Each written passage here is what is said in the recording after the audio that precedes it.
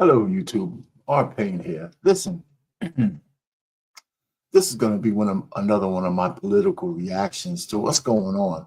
It hasn't really been a month yet, right? Trump took office on January 20th, and now it's not even February 20th. And there's been more movement in the government in a positive direction than I can remember in my entire adult life. I'll give Obama something when he saved the world economy by making deals and buyouts and stuff of that nature, because things were really bad when he took over. So before he went completely alphabet community, those first year or so, he did something great, but he didn't take advantage of the fact that the Democrats had the House, the Senate, and the executive office for the first 2 years of his administration. And then after that, it kind of went downhill. But, I'm just looking at the plethora, the too many, a lot of times you'll see Black people say we're not a monolith, but that's really not true. We are a monolith in the way we vote, right? It's been very destructive for us voting completely for the Democrats, and that's it. For the women, over 90%, for the men, down a little bit, but still overwhelmingly 80%. And it has, to me, and listen, where's the receipts that has helped us at all? Maybe for some individuals who made a better life, but as a community, we're absolutely destroyed, right? Destroyed. The inner cities are destroyed. Marriage is destroyed. We champion the most decadent and debaucherous things known to man. And they just put the Black woman as the face of a lot of fucked up shit, man. And and we just go willy-nilly into that night. So I kind of stopped talking to people about politics, some of my acquaintances and friends, because they still are on the plantation. And I'm saying, listen, in order for us to maintain a friendship, I'd rather not talk politics with you. Let's talk about money. Let's talk about our children. Let's talk about stuff. Because when you talk to liberals about getting off the plantation, they really, really have a lot of trouble with that shit, right? So, I mean, I wasn't a Trump guy, but in the last 3 to 4 weeks, I haven't seen so much movement, and he's starting to win. And a lot of people who call this a constitutional crisis, well, that's bullshit. You know what? The fact that he's getting challenged in court and winning some and losing some is exactly how government is supposed to work, right?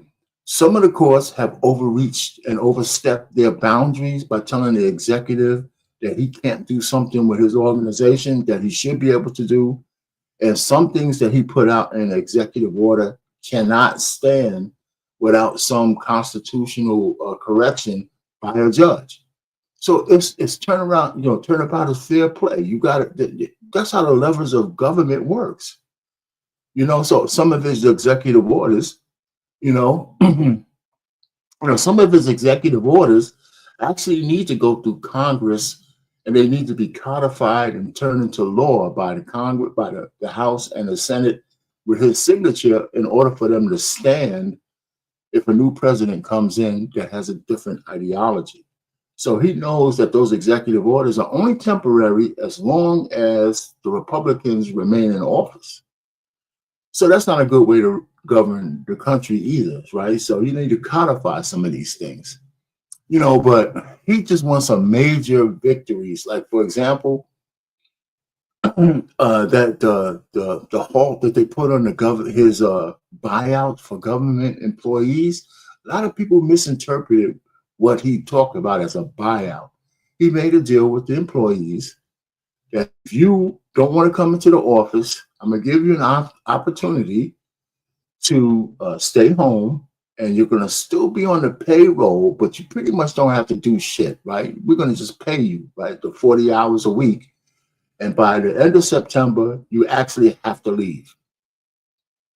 Some people misinterpreted that as he's just going to, you're off the rolls and he's just going to give people a big check. No, your time card is going to show 40 hours a week, even if you don't do anything.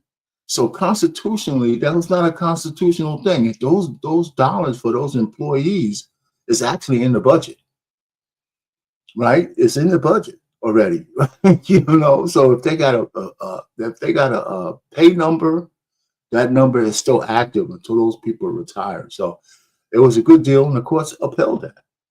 You know, really. So I mean, I'm telling you.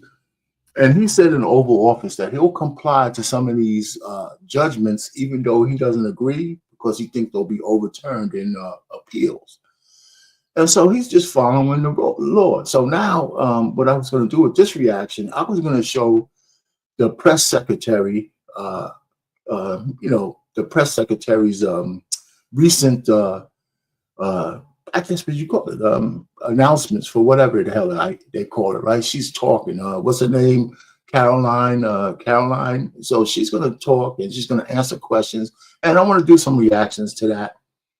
You know, so I'm going to go through some of that. Maybe not all of it. I just feel like her press announcements are pretty damn good, right? So I don't know why I can't remember what you call it.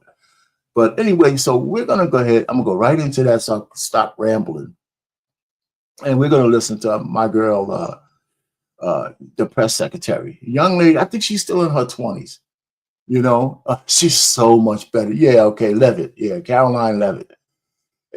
She's absolutely awesome. And she's a whole lot different and much better than that last chick they had up there lying to the American people every day in a conference.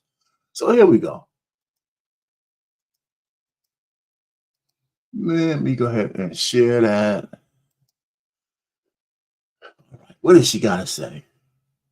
Let me take this. And Secretary of State Marco Rubio will lead the delegation. I am hopeful that the results of there's a White House briefing. Okay, Trump's press secretary talks about, you know, some of that stuff. So I guess they call it a White House briefing. That meeting will be positive.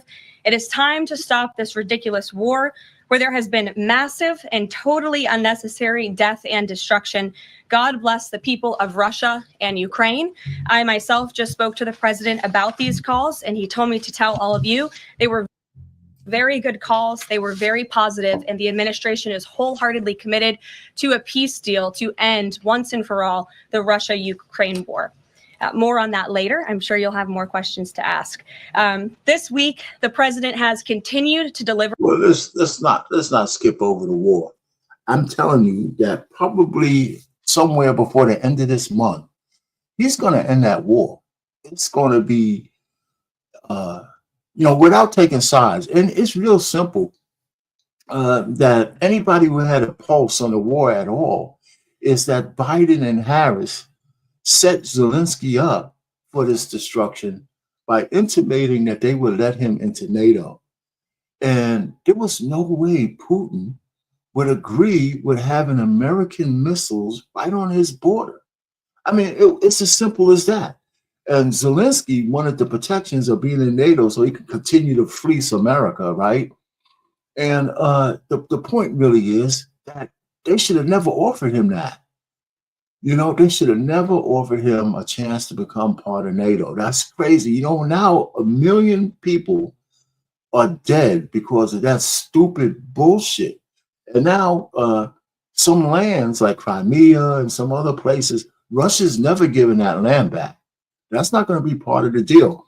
I bet you when they finish this war, what Russia's going to do is help pay for rebuilding some parts of Ukraine. And that's going to be the deal, right? You're going to say, Zelensky, the shit's over. You got your few $1 billion that you fleeced us from the American taxpayer, probably in some of your Swiss accounts. This shit's over.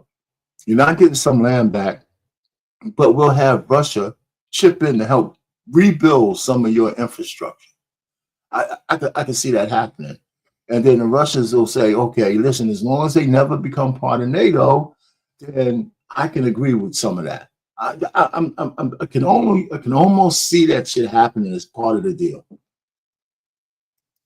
On his promises to the American people. According to new polling that was released at the beginning of this week by CBS News, an overwhelming 70% of Americans said that President Trump is following through on what he pledged to do during his historic campaign. The poll also revealed that Americans see President Trump as a tough, energetic, focused, and effective leader, fighting hard to improve their lives and our country. And yesterday, in particular, was a truly special day for the United States of America. Thanks to the great leadership of President Trump and the strong and tough leadership of President Trump, Mark Fogel, an American teacher detained by Russia, was returned to American soil and met with the president here at the White House last night. Special Envoy Steve Witkoff and the rest of President Trump's incredible national security team helped to negotiate the exchange that secured Mark Fogel's release. This event shows a good faith effort from Russia, and it's a sign, as I just said, that we are moving in the right direction to end. I mean, just think about this. Biden didn't do any of this shit, right? We had talks with Russia, and people were asking Trump, well, you know, did you make conditions and stuff? No, I just want to talk to the dude. One man to another. We could be enemies, but we don't have to be enemies about everything. We should still be able to talk, because if we could stop bloodshed, let's just stop the bloodshed. You know, let's make a fair deal. You get your guy back, I get my guy back. And, you know, these kind of things are just one man talking to another. None of this emotional bullshit that goes on because of ideology and stuff like that, right? I mean, we don't have to be friends to be able to talk, you know, and I mean, it hasn't been 1 month yet. With more movement on this, and actually, here's another thing. I'm gonna just cut right to it. I'm so happy that Tulsi Gabbard got approved because I like that lady. I think she's a special person. And even all the cabinet picks, all those picks are really good. I think people keep missing the fact that some of these people were on the other side of the aisle, and now they're part of Trump's team, you know, and she was a Democrat, JFK or RFK was a Democrat. But shit, Trump was a Democrat at one time. Right? He was a Democrat at one time. We didn't hear none of this racist bullshit when he was a Democrat. You know, so I'm just telling you, I'm talking to so many folks, black folks. I said, we got to be on the right side of history here. You know, like I say before, and I'm going to say it again when I do my other live, we are so much more than the color of our skin. We're, you know, and we're Americans. We're not black Americans. We're Americans. Everything America has to offer, we should be partaking in, not because they owe us anything. It's because we have the right to life, liberty, and the pursuit of happiness, just like anybody else. And we have receipts to prove. Anyway, let her go. Stop. End this brutal war. Malphine Fogel, Mark's 95-year-old mother, was understandably very worried that she would never see her son again after his arrest in 2021. Mrs. Fogel was actually slated to join President Trump on stage at the July 13th Butler, Pennsylvania rally to speak out for Mark. And then the infamous assassination attempt against President Trump took place. But that day before the rally, President Trump promised Mark's mother that when he returned to the White House, he would bring her son home. God saved President Trump's life on that day in Butler, Pennsylvania, and now Mark Fogel is back home safely with his family as a result. God is good. God didn't just save President Trump's life. He saved us for 4 more years of the bullshit that we were just heading into, decadence, loss of parental control over your children, grooming, all kinds of crazy shit, naked men walking down the street for a month during Pride Parade, and nobody's saying anything. Censorship, extorting the social media CEOs. Let me tell you this. Do you know how frightened, how much pressure, or what kind of threatening they did to Zuckerberg and some of these mega billionaires for them to comply with the censorship of government? I mean, I can't imagine the threatening ability. They said, well, if you don't do what we say, we're going to take a little bit more stringent look at the last tax reports you just put in there. You know what I'm saying? We're going to find something and we're going to hang that shit over your head. Just like what they indicted Eric Adams, a small player, because he started to say, well, this sanctuary city bullshit is going to destroy our city. And then all of a sudden he's indicted. They're starting to walk all of his people out, and raiding their houses and shit like that. I mean, come on. They went into Trump's house and raided his wife's panty drawers. I mean, come on, man. I mean, it was just too much. Our country was just getting ready to go off the cliff. And that's why this swing back to the other side is frightening the hell out of the rudderless Democrats and liberals. And unfortunately, too many so-called black people on the wrong side of this history. And it's crazy. It's really depressing. And somehow we're going to have to start pulling more and more of them off that plantation. The president also continues to bring back common sense to our government. This week, he signed an EO to end the procurement and forced use of paper straws. Taxpayer dollars were wasted on these non-functional and massively unpopular products for no other reason than it made radical activists feel good about themselves. And on trade, President Trump continues to take bold action to protect America's critical steel and aluminum industries, much like he did in his first term. And the president signed proclamations to close existing loopholes and exemptions to restore a true 25% tariff on steel and elevate the tariff on aluminum to 25% as well. This administration believes these tariffs will protect our national security and put American workers first. And in the Oval Office yesterday with Elon Musk, President Trump took further action to make our federal government more efficient and effective. He signed an EO implementing the DOGE Workforce Optimization Initiative. Now agency heads will coordinate and consult with DOGE to significantly shrink the size of the federal workforce and limit hiring to essential positions only. The unaccountable bureaucracy will finally be reined in. On another important matter this morning, Senate Republicans continued to confirm President Trump's exceptionally qualified nominees, most recently Director of National Intelligence Tulsi Gabbard, who will be joining us later at the White House for her swearing-in ceremony. It's imperative that the remainder of the president's cabinet nominees are confirmed as quickly as possible. On another important matter this week, illegal alien criminals continue to be arrested and sent home as part of the ongoing mass deportation effort of the Trump administration. Just this week, 2 planes with 190 Venezuelan illegal aliens arrived in the Venezuelan capital from Fort Bliss, Texas. Here are some of the criminal illegal aliens who were arrested in the country this past week. ICE Atlanta arrested a citizen of Nigeria who had been convicted of money laundering. ICE San Antonio arrested a citizen of Mexico who had been convicted of. All right, so she's going to go through this list, and we're going to let her finish going through the list. I think the Democrat leadership of both governors and mayors and AGs of all the sanctuary cities are very close to committing what I think is treason against the United States. Not only are they obstructionists from getting these murderers, these gang members, these rapists, these just ordinary criminals who are illegal aliens out of our country, they are actually tipping some of them off when ICE is coming in to get them. How can that not be a crime? And how come we can't show some of the governors, some of the mayors, anyone who's complicit in handcuffs, in shackles, ready to get put in jail? They are choosing illegal aliens over the black, brown, and poorest people in their own cities because that's where they put them. I just can't believe that the outcry, first of all, the outcry is not enough. It's not enough outcry.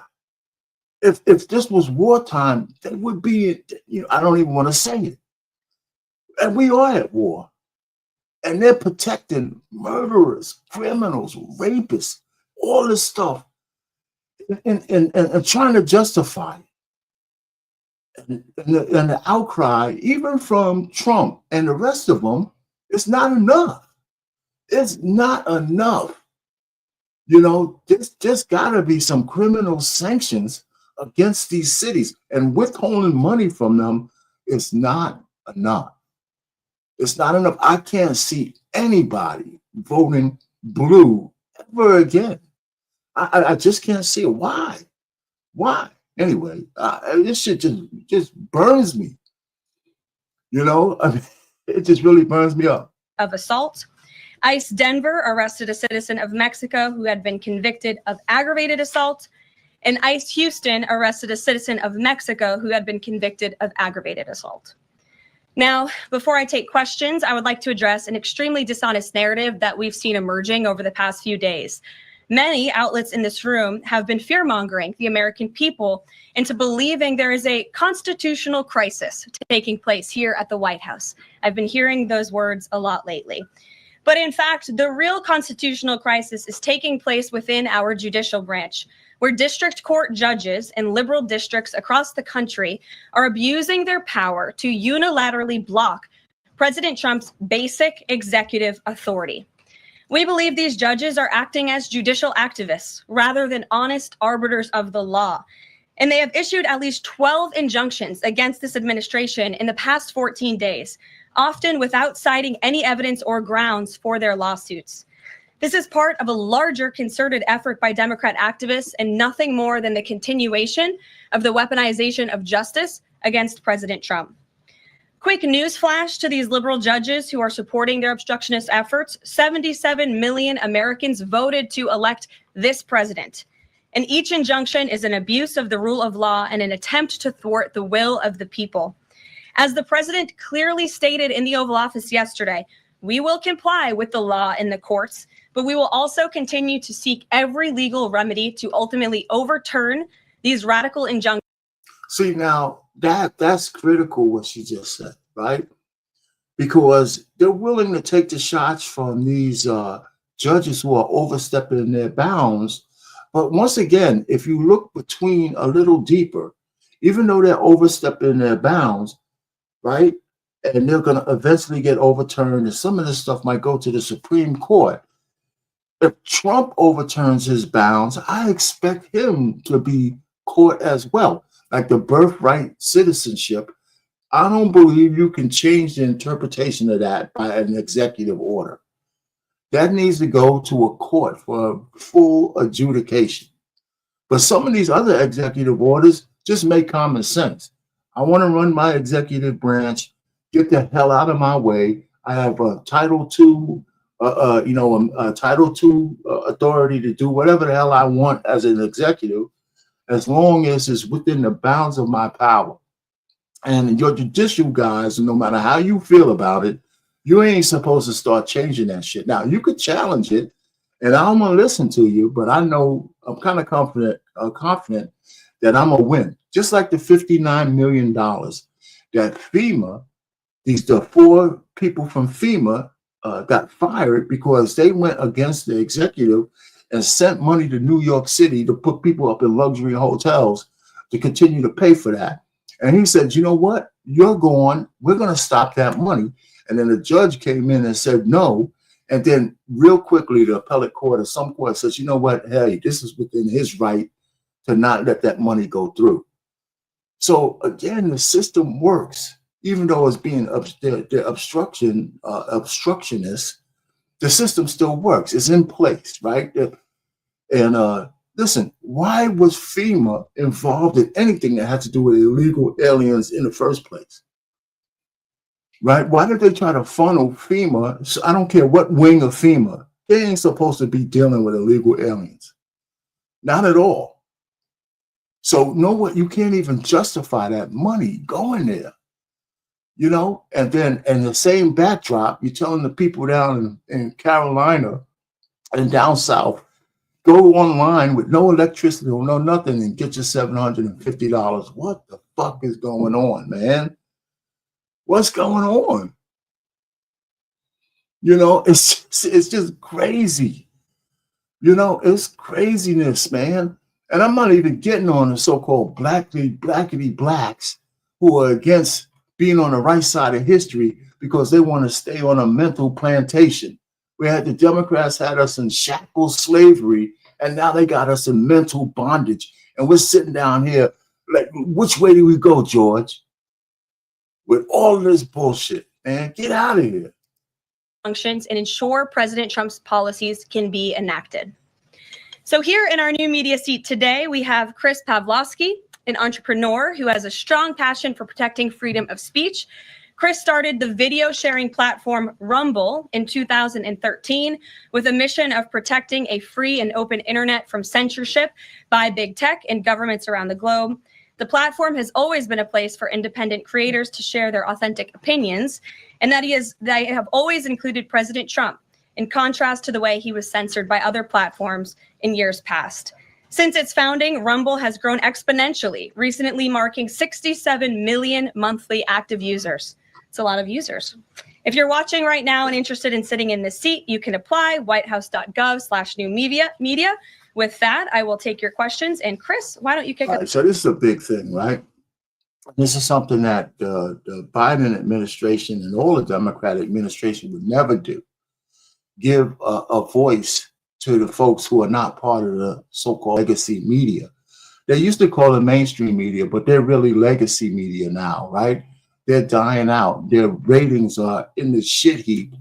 And people, just regular people who have YouTube channels who want to hear the real truth. Some have big platforms.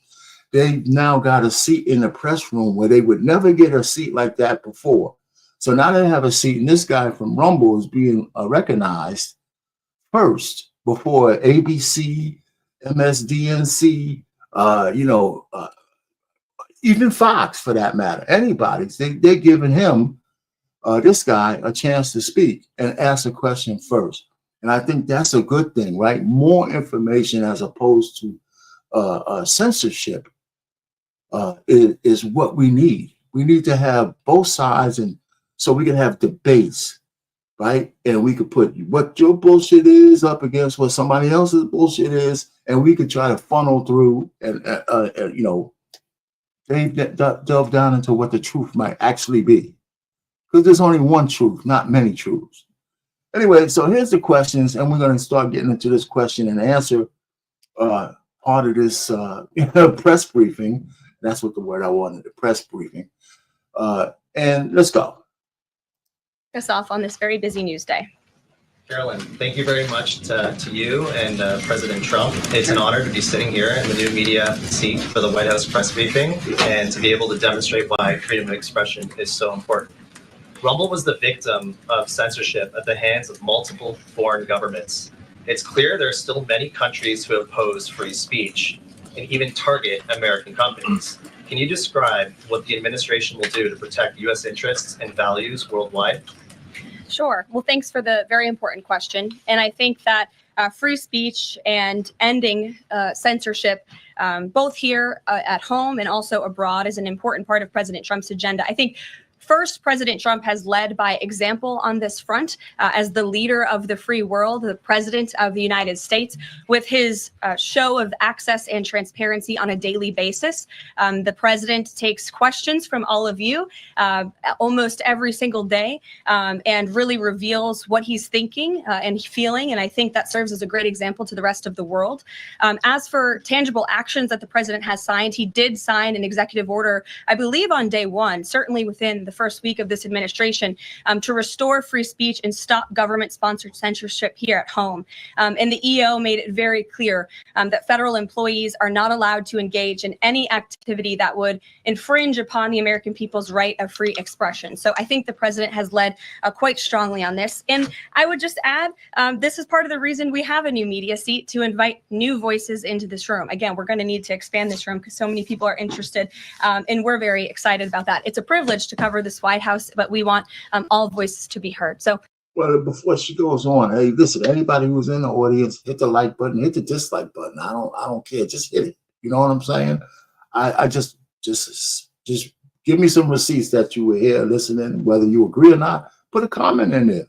You don't have to agree with what I'm saying. That's not important to me, right? What's important is that we at least get information raw and straight from this lady. I believe that, I haven't seen as much transparency in this last 3 weeks that I've seen in government in a very, very, very long time, or if ever.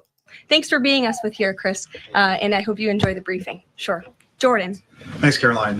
Data out this morning showed that consumer prices were up across a variety of goods. And just before that report, though, President Trump called for lower interest rates. The Fed said it's holding rates steady to try and tamp down further inflation. So how would lowering rates help keep inflation in check for the American people? Sure. Well, first of all, on the inflation point, we did receive those numbers and they were worse than expected, which tells us that the Biden administration indeed left us with a mess to deal with.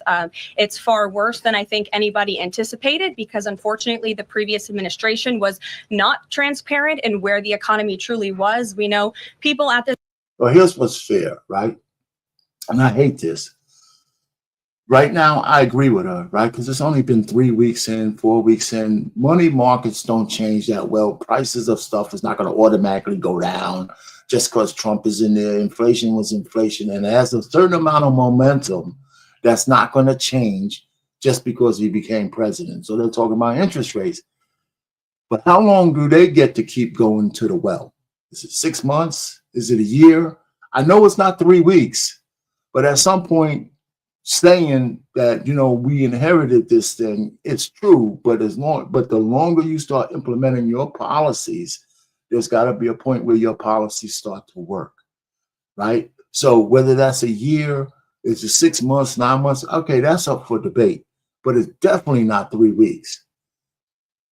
This very podiums told the American people that inflation was transitory and that it would go away. That was not the case. And now the last report of the Biden administration, as revealed today, shows that inflation is still about 4.5% higher over the past 3 months. This is an indictment on the Biden administration's mismanagement of the inflation crisis and their lack of transparency in addressing it. As for tackling inflation and interest rates, the president has made his position on this very clear. He wants interest rates to be lower. He wants inflation to be lower. And he believes that the whole of government economic approach that this administration is taking will result in lower inflation. I have said that from this podium many times. The president had record low interest rates and inflation rates in his first term. He believes that the economy can handle it and withstand it. And we're doing a lot to tackle the inflation effort on this front. It's a whole of government economic approach. And I've talked about what we're doing to tackle inflation quite a few times from this podium. What about the reciprocal tariffs? That's going to come before Prime Minister Modi's visit tomorrow. I do believe it will come before the Prime Minister's visit tomorrow, and I will let the president discuss the details on the reciprocal tariff front. But this is something he believes strongly in, and it's very simple logic as to why the president wants to impose reciprocal tariffs. It's the golden rule, which we all learned when we were growing up in school. Treat others the way you want to be treated. And far too many nations around this world have been ripping off the United States of America for far too long, and that's why the president believes this will be a great policy that will benefit American workers and improve our national security. JJ. On DOGE and the fraud claims, Elon Musk in the Oval yesterday gave us some information on that. We're just wondering if there's some proof, evidence. Is the White House willing to share evidence of those fraud claims, or can Elon Musk come to the briefing room and share material evidence of what he's talking about? Sure. I would love for Elon Musk to come to the briefing room. That's why we had him go to the Oval Office yesterday, where I think he provided great answers. He was speaking in layman's terms, speaking common sense to all of you in the media, but also to Americans at home. But I would say especially to all of you in the media, because I think it's a real fallacy that there's this alleged lack of transparency when it comes to DOGE. President Trump and Elon Musk have been incredibly transparent on what DOGE is doing. There is an X account with the DOGE handle. They are tweeting out what they are doing on a daily basis. They have a website where they are posting the receipts of the contracts that they are reviewing and the payments that they have stopped from going out the door for the secretaries of our department. That's why that question was disingenuous, right? Because I've seen the X account and I've seen those receipts, and maybe they're not all of them. And maybe some of the things they're finding is not necessarily fraud, but they certainly are waste and they're certainly abuse. And fraud has a connotation of criminality. And so if there's some criminality, did I take myself off? Yeah, if there's some criminality, then that needs to be proven in court and somebody has to be accused. But there is an underlying misappropriation or misrepresentation of what those funds in a lot of these areas are for. Now, does it amount to fraud? You know, it depends on who's willing to pen. If you're trying to launder or hide money and say it's for one thing, but you're really paying for another thing, you know, then we got an issue, right? So USAID, which is a misnomer in the name because it sounds like it's US aid, but that's not real what AID stands for. You can go look what it is. It's really to promote American idealism abroad. And guess what they're talking about, right? With not only, okay, you have some good parts of it in terms of drug, you know, disease control and things. And then the ideals that organization is pumping abroad is transgenderism. I mean, are you kidding me? The biggest American ideal that we're putting across the country is transgenderism? Really?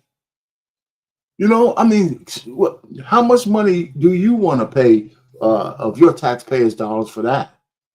Right? So the condoms issue was Elon and his crew got it wrong when they let that out. But condoms are going to Mozambique and not Gaza, right?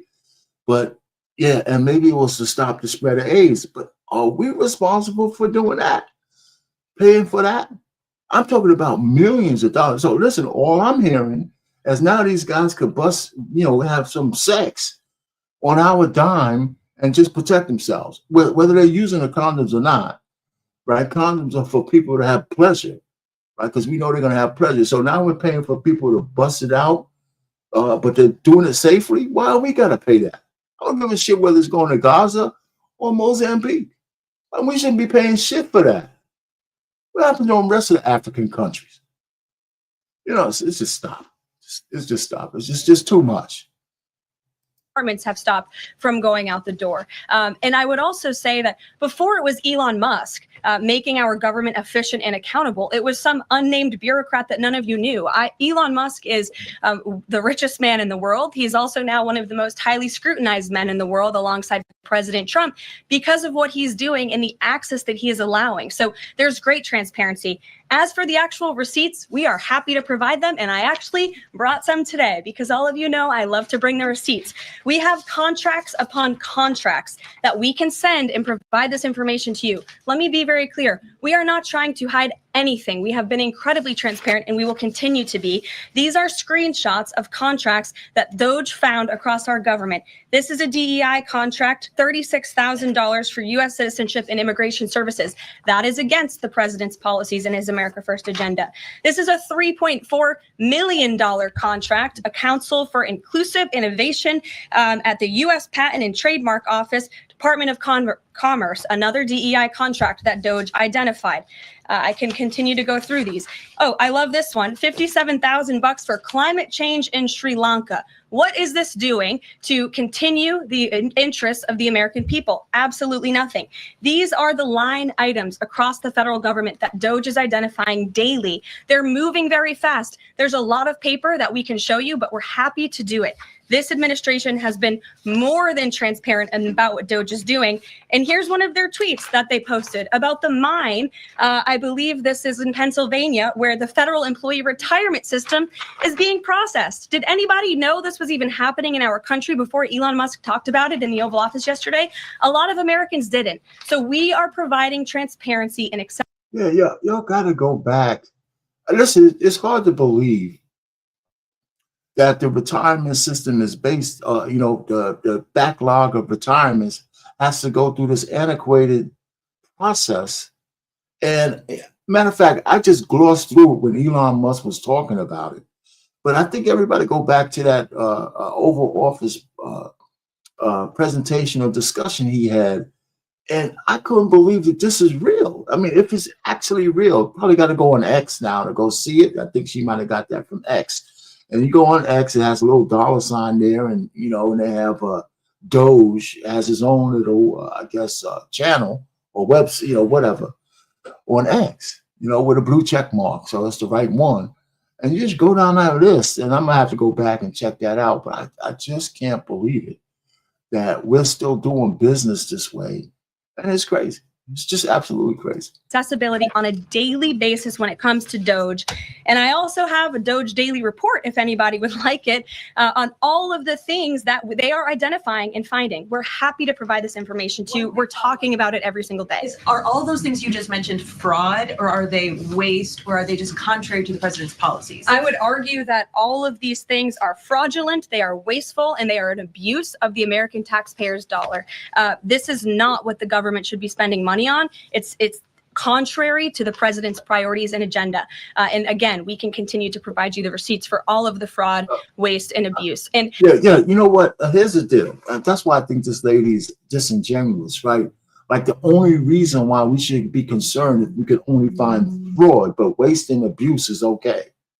That's why those three things are grouped together, right? It's not like it's they don't, you know, somebody's looking just for waste, or somebody's just looking for abuse, or somebody's just looking for fraud. Those three things are grouped together. And they're grouped together for a reason, because each one of them is a waste of taxpayers' money. Some are criminal, and some is just stupidity and all of that kind of stuff. That's the distinction. But the fact is, a dollar is a dollar is a dollar. And I don't care if it's waste, fraud, or abuse. We shouldn't be spending those dollars on shit that we shouldn't be spending it on. You know, so she's intelligent. I don't know this lady in the pink, but she knows what she's trying to say. If it ain't fraud, maybe it ain't that important. That's bullshit. Yes, it is. if anybody in here wants to argue that the federal government is not fraudulent in some capacity, be my guest, because I think the American people watching at home would beg to differ. Caroline. Mary. Hey, more on the judges. Does the White House believe the courts have the authority to issue these nationwide injunctions? We believe that the injunctions that have been issued by these judges have no basis in the law and have no grounds. And we will, again, as the president said very clearly yesterday, comply with these orders. But it is the administration's position that we will also ultimately be vindicated. And the president's executive actions that he took were completely within the law. They were constitutional. And we look forward to the day where he can continue to implement his agenda. And I would just add, it's our view that this is the continuation of the weaponization of justice that we have seen against President Trump. He fought it for 2 years on the campaign trail. It won't stop him now. Brian. Yes.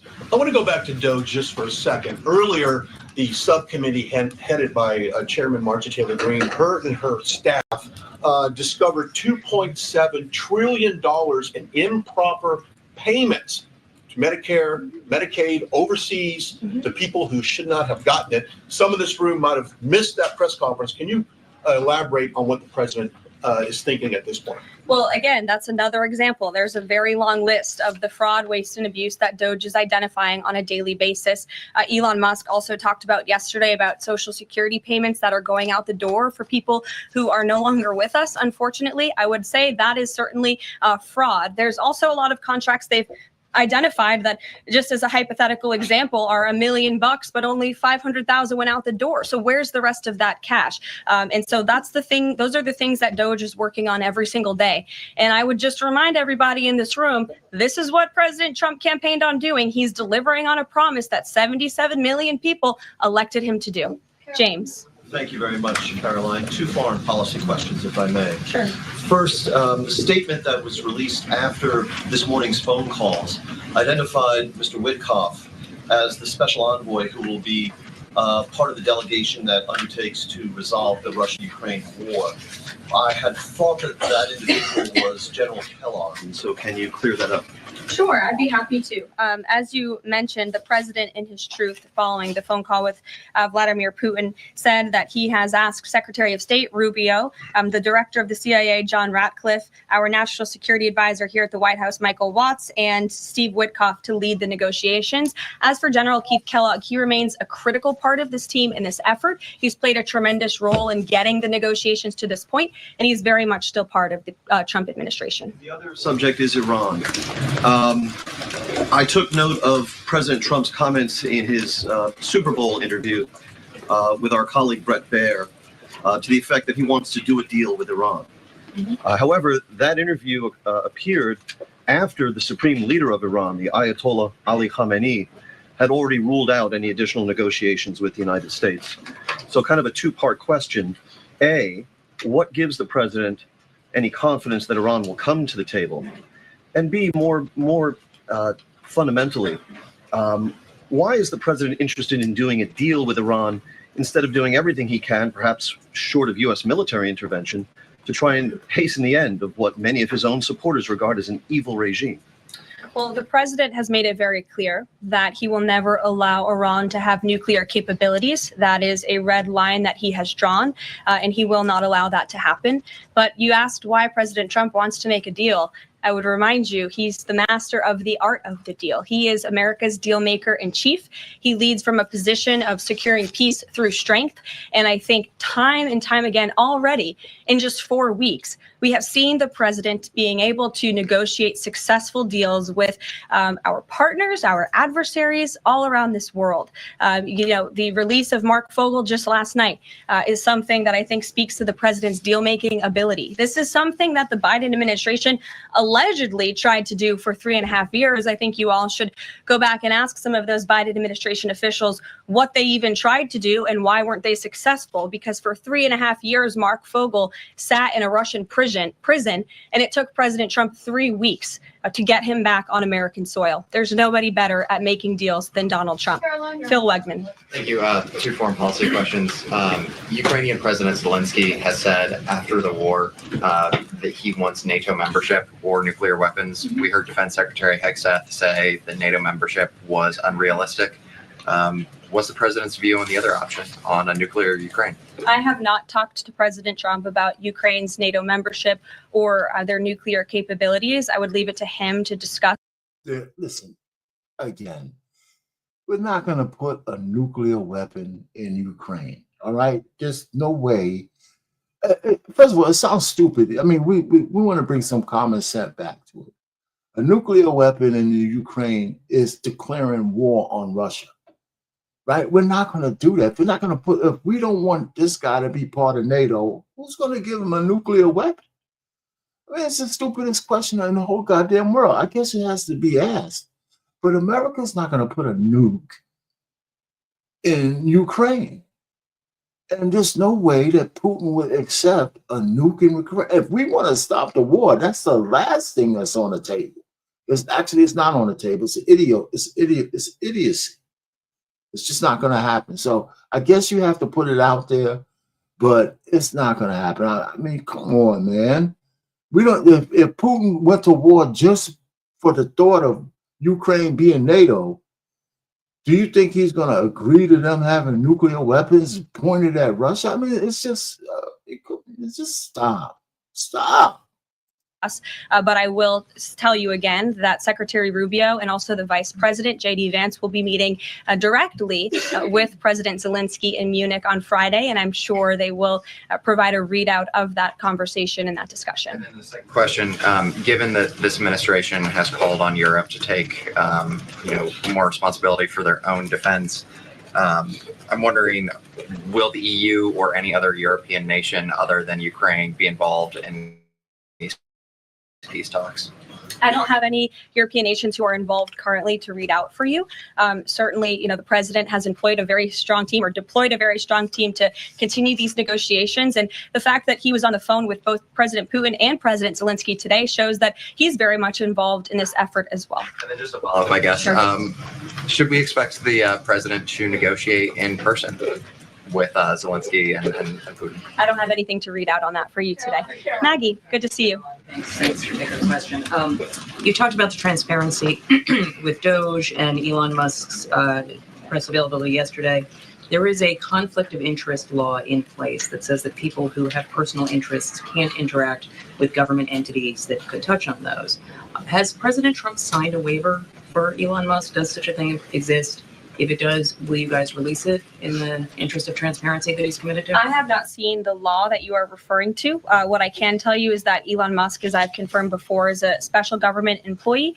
He is filing the proper financial disclosure, and he is complying with all applicable federal laws. As you also heard, Elon addressed this directly yesterday, and the alleged conflict of interest interest. And he said everything he's doing is very public. And if you all perceive a conflict of interest, you're welcome to bring that up. And as the president said, if he feels like Elon is engaging in something that's a conflict of interest, he will tell Elon not to do that. And Elon also said yesterday that before he moves forward with anything, he consults with the president of the United States. So we're very confident with the ethics and the guardrails that have been put in place here. Caitlin. Thanks, Caroline. I have a few things for you, but on the commitment by President Trump, he said that he and President Putin agreed to visit each other's respective nations. Are there any preconditions that President Trump has that President Putin must do before he goes and meets with him, withdrawing some forces, withdrawing all forces, anything like that? Not that I'm aware of. That doesn't mean they don't exist. But I was just talking with the president in our national security team. I wasn't made aware of any conditions, but if they exist, I'm happy to provide those. And on the president himself, he styles himself as this master negotiator. He is now deploying these negotiations, saying that they start immediately. We did hear from the Defense Secretary, Pete Hegseth, though, today saying that NATO membership is not realistic for Ukraine and neither is returning to pre-2014 borders. Aren't they giving away bargaining chips before these negotiations have even started? Again, I haven't talked to the president about Ukraine's NATO membership, and he appointed several individuals to negotiate on his behalf. He's directly involved in these negotiations as well. And I'm sure if you ask him that question in the near future, when you're able to, he'll give you an answer. I just don't want to get ahead of him on it. Yeah, listen, those are not really bad questions, but there's no going back. Russia's not going to give up certain amount of lands. They might give up some, but they're not giving up Crimea. They're not going to give up some of that land that they took because they want to expand their protection. The other thing that's not on the table is no way that Ukraine could become part of NATO. That's not going to happen. I think the one thing Russia might do is spend some money helping rebuild what they've destroyed in the Ukraine for the deal. I think that's the deal. And he might even ask that Zelensky step down, and just go ahead and spend the billions that he fleeced from the United States, that we've given to him, because we don't know where all that money went. And I can guarantee you it didn't all go just to blowing up shit, right? So he might ask for him to step down. I'm just adding that, hey, look, we could have peace, but Zelensky, you got to step down. You got to put somebody in I can deal with and go off into the sunset and, do your drag dances and stuff like you did before. Just leave us the hell alone. That's what I'm saying. And final thing for you, which White House official made the decision to bar the AP reporter from the Oval Office and the diplomatic reception room last night? Well, first of all, let me just set the record straight. It is a privilege to cover this White House. It's a privilege to be the White House press secretary. And nobody has the right to go into the Oval Office and ask the president of the United States questions. That's an invitation that is given. And there are hundreds of outlets on this campus, many of you in this room who don't have the privilege of being part of that pool every single day and getting to ask the president questions. We reserve the right to decide who gets to go into the Oval Office. And you all have credentials to be here, including the Associated Press, who is in this briefing room today. But isn't it retaliatory in nature is the argument, because the reason that the AP was barred, which they said was because they're not using the phrase Gulf of America, they're using Gulf of Mexico in line with their standards.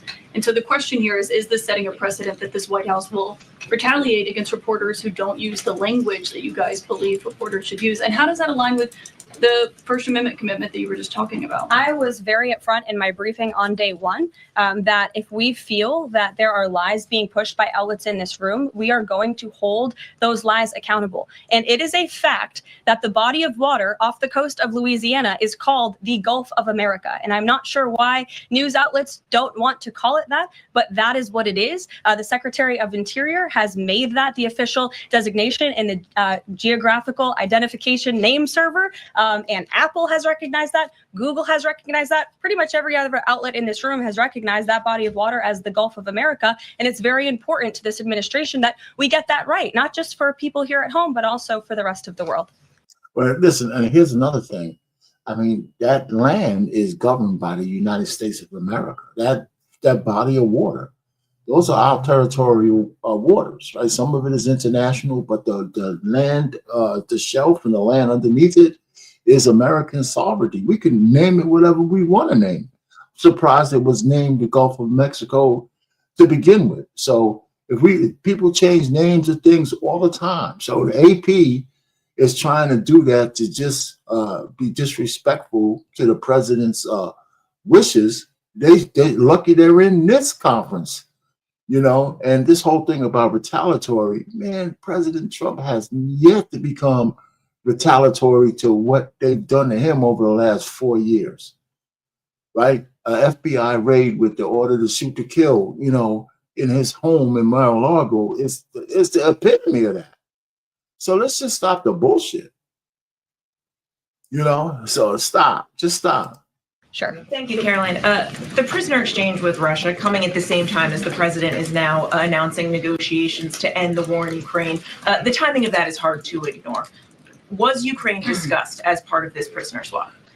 I was not involved in those discussions, so I can't comment on whether that came up or not.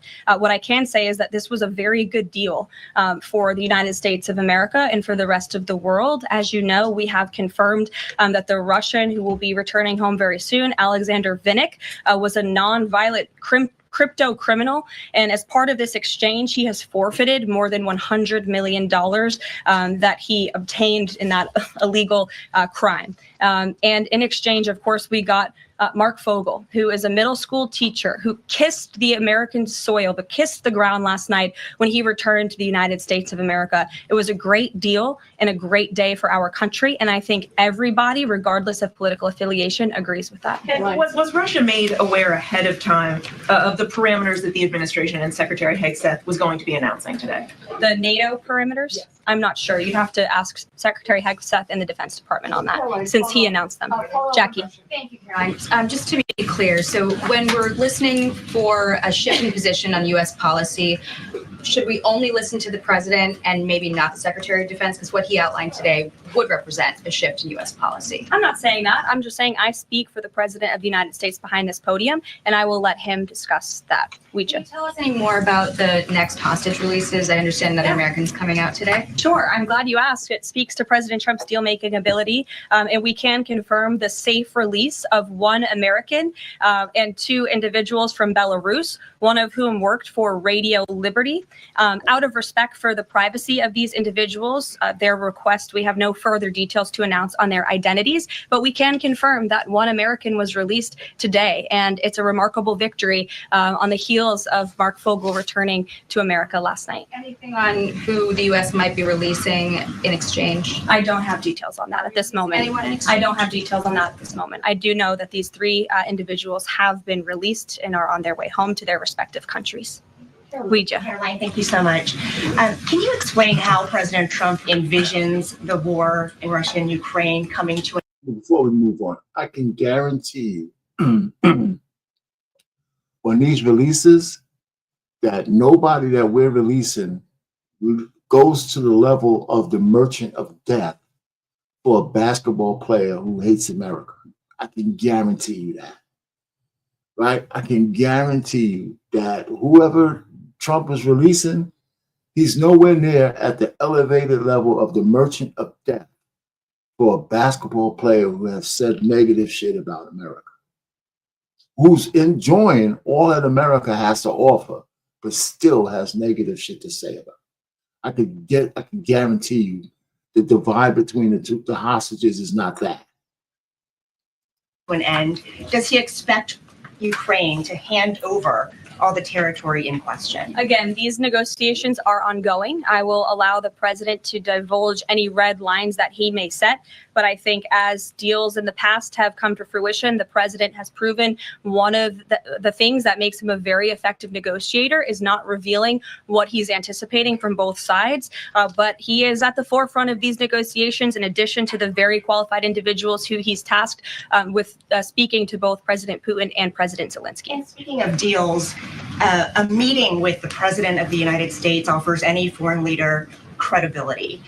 Was it part of the prisoner swap with Fogel that President Trump agreed to meet with Putin? Again, I was already asked this question. I said I was not made aware of that, but we can certainly get you an answer on that. I'll check in with the NSC. Absolutely. Sure, Monica.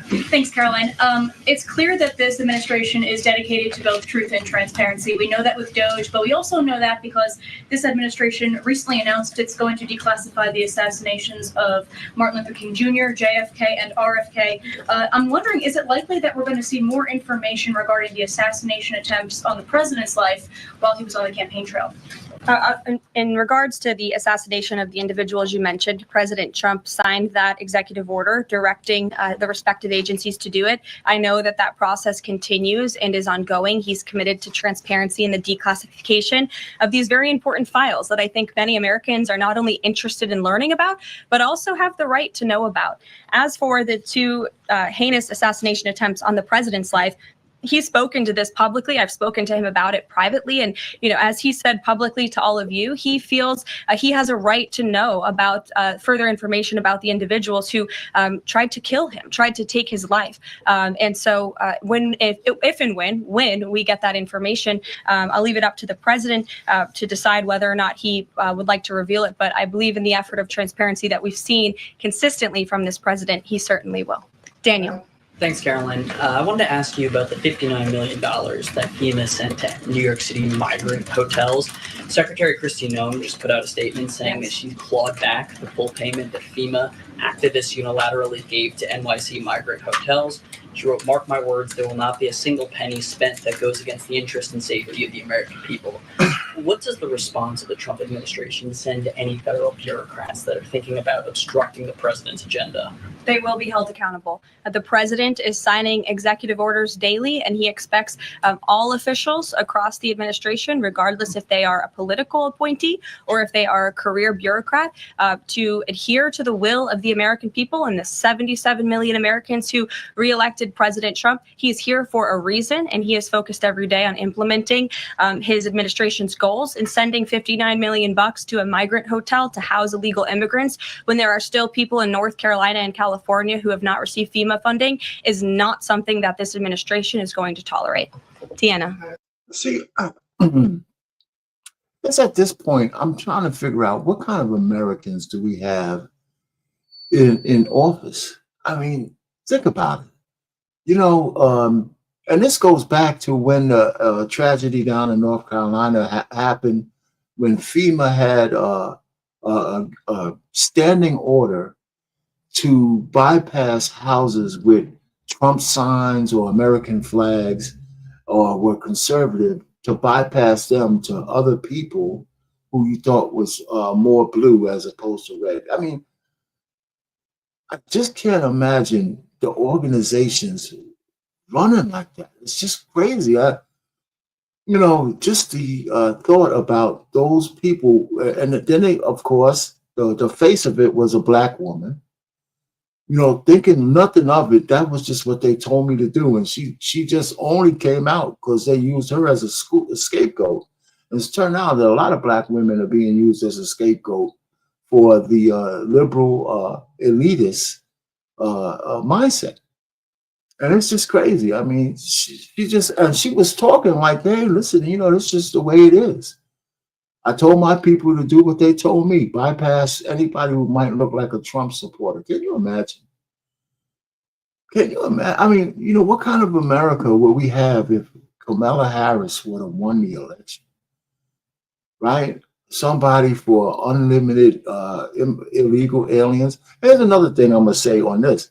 I like the fact that we're not trying to soft shoe what these people are. They're illegal aliens. They're not undocumented immigrants and all this horse shit. They're breaking the law by coming here without being fully and formally vetted and put on record. It's a crime. It's a crime. Just coming here illegally. So let's call them what they are. Illegal aliens. They're taking your tax dollars. They're getting driver's license. And let me tell you, a fair amount of them have voted. And all of that shit, man. I mean, it's just crazy. It's just absolute madness going on. Anyway, I started just so I can rant, and I'm feeling better as I do it. Thank you so much, Caroline. One on New York and one on Russia, please. On New York City Comptroller Brad Lander is accusing DOGE of clawing back $80 million that was intended for New York City FEMA funding. Wondering if you've heard about that figure, if that figure is accurate, and why that money was taken back. I have not heard about that figure. DOGE is moving very quickly, but I can get the receipts and gladly send them to you. I know that story is likely of great interest to the New York Post. And then one on John. Russia, please.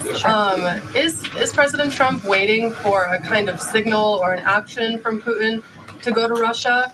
And would he be willing to go to Ukraine in the future? I don't have any decisions to make on the president's potential visit to Russia or any in-person meeting at this time. John.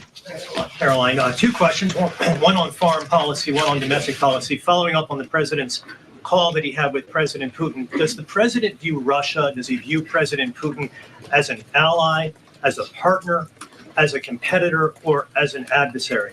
I believe this nation views Putin and Russia as a great competitor in the region, at times an adversary. But as the president has said as well, he enjoys having good diplomatic relationships with leaders around the world, finding that common ground, also calling them out when they are wrong, and leading from a position of peace through strength. That's the president's greatest strength, and we've seen that again, time and time again. And then, as you pointed out in your statement regarding the confirmation of Tulsi Gabbard, there was one Republican who voted against the nomination of Tulsi Gabbard. It was Senator Mitch McConnell. Similarly, how does the administration view Senator McConnell? Can he be a partner in the president's legislative agenda? Are you disappointed that he voted against not only Tulsi Gabbard, but also Pete Hegseth to be the defense secretary? I think we're greatly disappointed in any Republican who chooses willfully to vote against the president's exceptionally qualified cabinet nominees and picks to lead his America First administration. Not a single Democrat swayed from voting against President Biden's nominees, and we know how many of them turned out. They turned out to be atrocious at their jobs, leaving America much worse than they were when they took the oath of office. And so I've said it repeatedly from this podium. I addressed it at the beginning of my remarks. We expect all Republicans to vote, to stay tough and strong, vote for President Trump's nominees so we can get to work and continue to work very hard to implement this president's agenda. Sure. Thank you. Thank you, Caroline. On South Korea is currently in a chaotic situation. How does the President Trump react to the current chaotic situation in South Korea? Secondly, if South Korea needs help from the United States, what role do you think the U.S. will play? Sure. I haven't spoken to the president about the ongoing situation in South Korea. I would defer you to his previous statements. And I can also see if I can get you something new from the National Security Council, who I'm very confident the officials that are focused on South Korea are on this. I just haven't spoken to them about it, but I'm happy to provide that for you. Yes. Thank you, Caroline. Does Elon Musk have power of the presidency? Absolutely not. Right. I asked that question. I asked that question because, the Democrats have been hurling insults at Elon Musk, hurling attacks, calling him President Musk. Most recently, Jamie Raskin, the congressman, took it a step further, calling for Musk's impeachment, saying that he somehow usurped the power of the presidency. What's your response? It's utterly ridiculous. Elon Musk addressed this in the Oval Office yesterday. The president addressed it as well. Elon Musk is serving at the pleasure of the president, just like everybody else on this team. He takes directives directly from the president of the United States. And I think some of the comments that you referred to are nothing more than a failed attempt from the media and from Democrats to try to sow division in this White House. We saw them do it in the first term. We're not going to let them do it in the second term. This is a unified.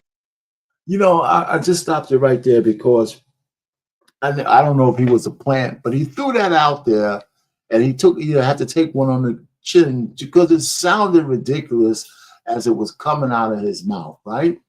Because we know that Elon Musk is, if you want to, at best, you could call him a glorified employee, right? But he has no more rights than anybody else.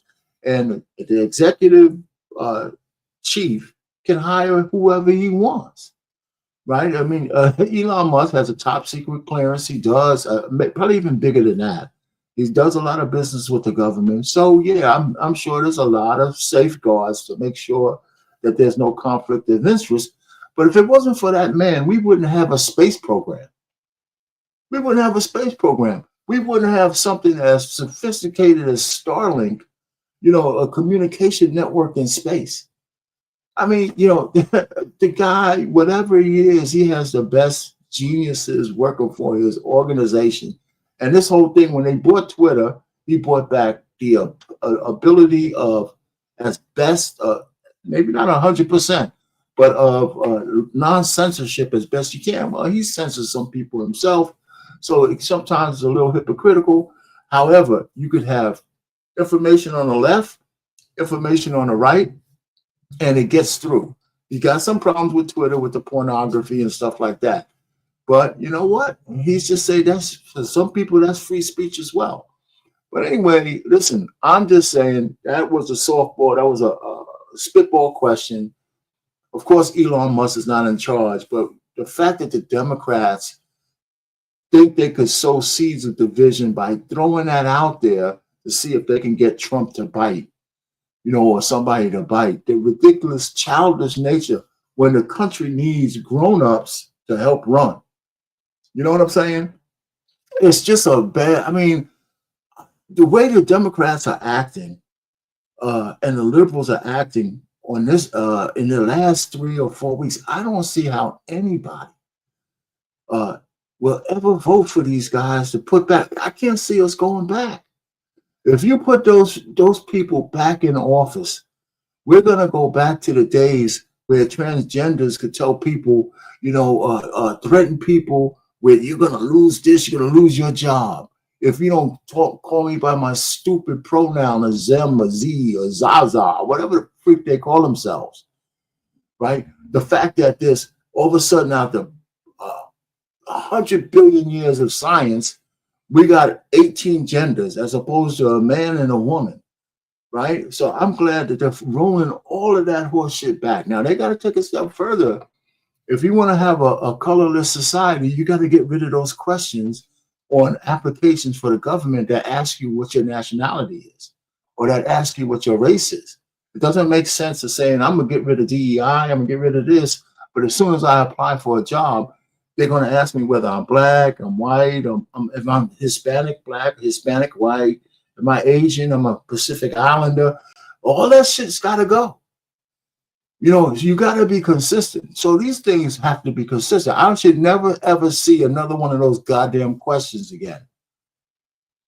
When the census comes out every 10 years, why ask what your nationality is? Because if you have more blacks in the area or more whites in the area, is that how you're going to divide up the?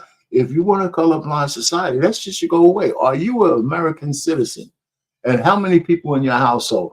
A mother, a father, 6 kids, and it should just be counting numbers, not whether you're a black kid or a white kid or an Asian kid. Why do you need that anymore if we have a colorblind society? Somebody explain that shit. So he ain't going to get a pass on everything, right? You're not going to get a pass on everything. You got to be consistent. If your race and your ethnicity doesn't count anymore, stop asking us about the fucking thing. So let's see how it goes. Anyway, let's go ahead. She's almost towards the end.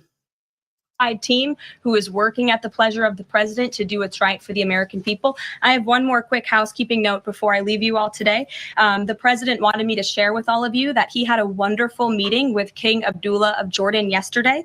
They discussed many things, including the Gaza Strip and its future at great length. The king would much prefer that the Palestinians stay in place, with the additional land to be used for new development, which would greatly create jobs at levels never seen before. But the president feels it would be much better and more majestic if these Palestinians could be moved to safer areas. I would just add to that the president remains wholeheartedly committed to seeing peace in the Middle East, and our Arab partners in the region have been tasked with coming up with a peace plan to present to the president. That is ongoing. King Abdullah mentioned that yesterday. He also committed to accepting 2,000 sick children from the Gaza Strip, which the president called a beautiful gesture. So the the administration continues to work with our Arab partners in the region. We stand closely with our ally Israel, and the president has presented this big, new, bold idea to secure peace in the Middle East, and he is not going to waver from that. And we look forward to.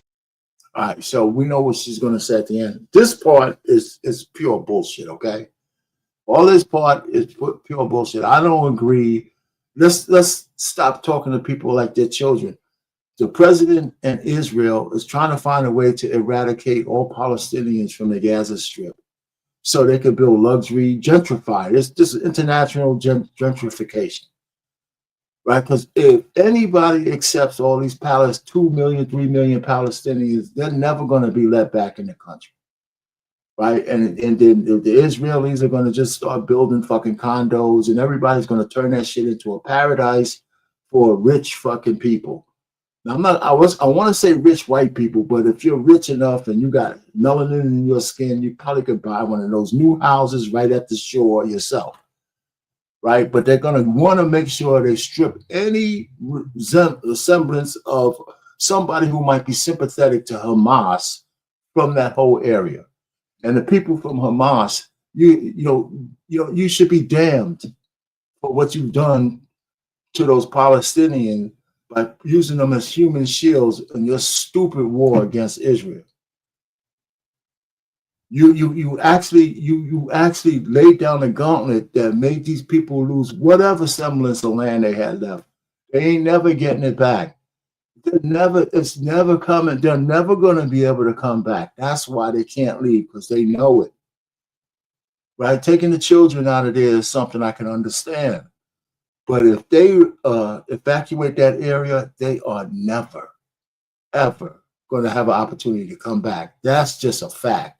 And anybody saying anything different is lying, right? So on this one, I don't agree with the president. But both, this is Democrat or Republican. Our allegiance to Israel is bipartisan. The way we go about it might be different, but both sides of the aisle, the allegiance is there.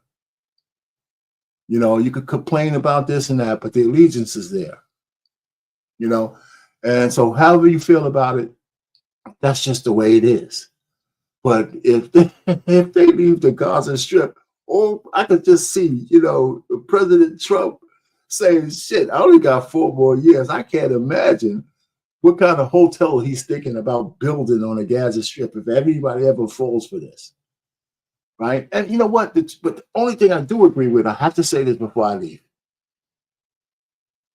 The old way of trying to negotiate a settlement between the Palestinians and Israel, how many years got to go by for us to realize the shit ain't working? It's not working, right? It's not working. The only thing that could make those siblings want to be friendly is God coming back himself and telling one brother to stop killing the other one. Because it's a sibling rivalry. I don't care if you read the Torah, if you read the Bible, when Abraham went into Hagar's tent, he started all of this shit. So anyway, at the behest of his wife too, right? Sarah, right? So that's another story. So we got this sibling rivalry going on, and the only one who could stop it is their father, if you believe in that kind of scripture, right? So anyway, and he ain't saying nothing. So man has to solve it the best way we can. And this is Trump saying we cannot go back to the old ways. And on that, I agree with him. But the fact is, this whole shit about telling the Palestinians to leave and somehow when we fix it up, you could come back, that's just absolute bullshit. It's bullshit. They ain't never getting back in there. Anyway. To seeing that goal of this administration achieved as well. Thank you very much, everybody, and we'll see you very soon. Have a great day. Right. So that's the end of that. And I thought that was a good press conference. And I had something else I wanted to say. I saw the Hill talking about Jeffries, and and I might just play 5 minutes of that, right? Or less than 5 minutes, maybe 3 minutes, to show you how inept, the leadership of the Democrats are. and he left it to Hakeem Jeffries. And it's incredible how I don't know where these guys are going to go. All right. So what did you say here? Yeah. Anyway, so let me throw this one real quick. I want to show you something that what people think of Hakeem Jeffries. Real quick, just a quick one. Is that it? No. Where can I find it? Somewhere around. Here it is. Real quick. Just the first couple of minutes. You could ever possibly imagine. I never imagined I would long for the return of the days of Nancy Pelosi, and yet here we are. So John asked him very diplomatically, like, Democrats say that they have a messaging problem, but don't you kind of have like a reality and policy problem? Hakeem Jeffries has really no response to this. Let's take a listen. Where is the Democrats' Project 2025? Is that underway? Is there, everything you're saying feels right to me. The Democrats have to make this point. Where's the infrastructure to do that?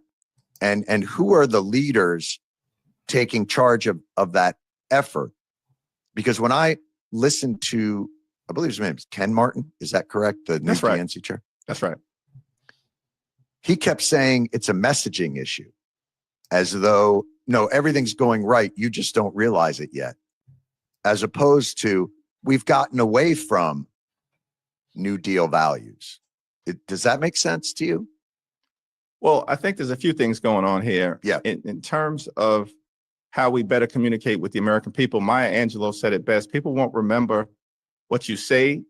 They may not even remember what you do, but they will always remember how you make them feel. And I think what we have to do a better job of is making the American people feel that we understand the pain that they've been in economically. So that is his diagnosis. Maya Angelou, what the? Is that we need?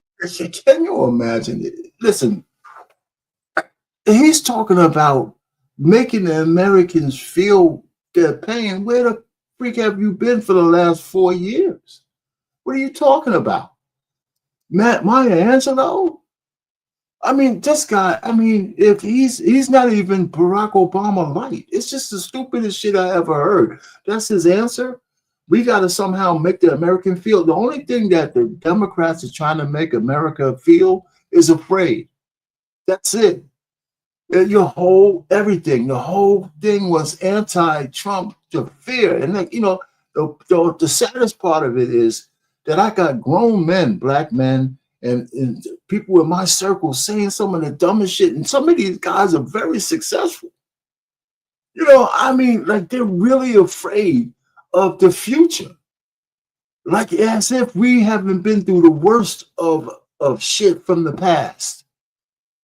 Right? And we're still standing. You know, there's more black American millionaires in America than anywhere in the whole world. You know, so all this systemic racism, all this shit that has people worried and mad and scared, where is it? Everybody is not guaranteed equality of outcomes.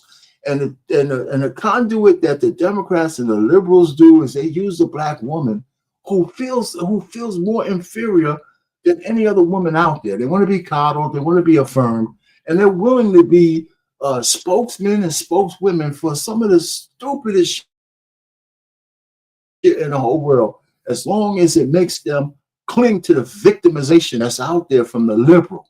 I was used to say white liberal. That's what Malcolm X said. But the black liberal is probably now more dangerous than any white liberal because the programming is complete.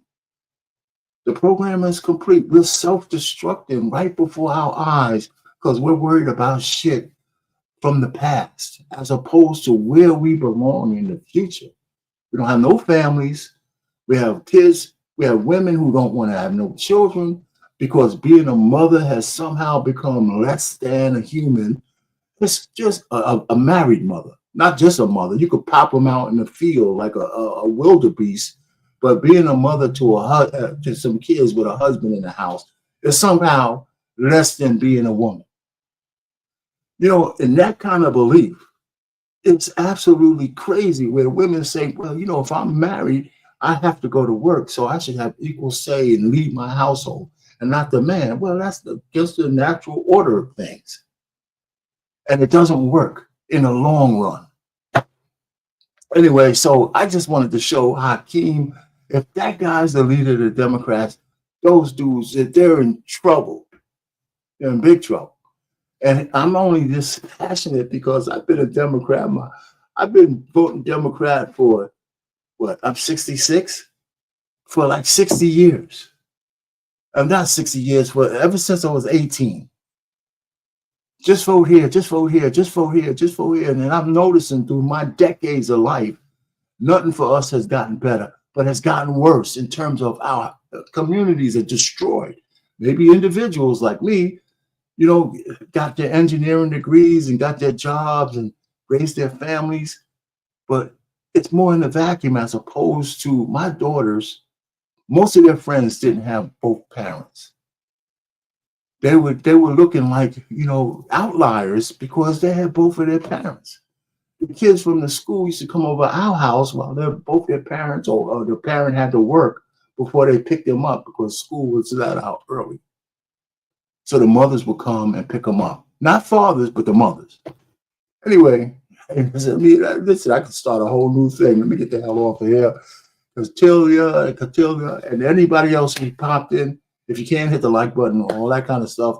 I appreciate you keeping me company, you know, but I think I'm going to be ranting like this at least once a week or whenever I feel like it. But, you know, most people are still at work, but this is a good time because everybody wants clicks and views. But, you know, Thursdays is my there's nothing else going on. And so I might just start doing this. So thanks for popping in. Anyway, let me get out of here. I'll talk to you later and peace out. Have a great day.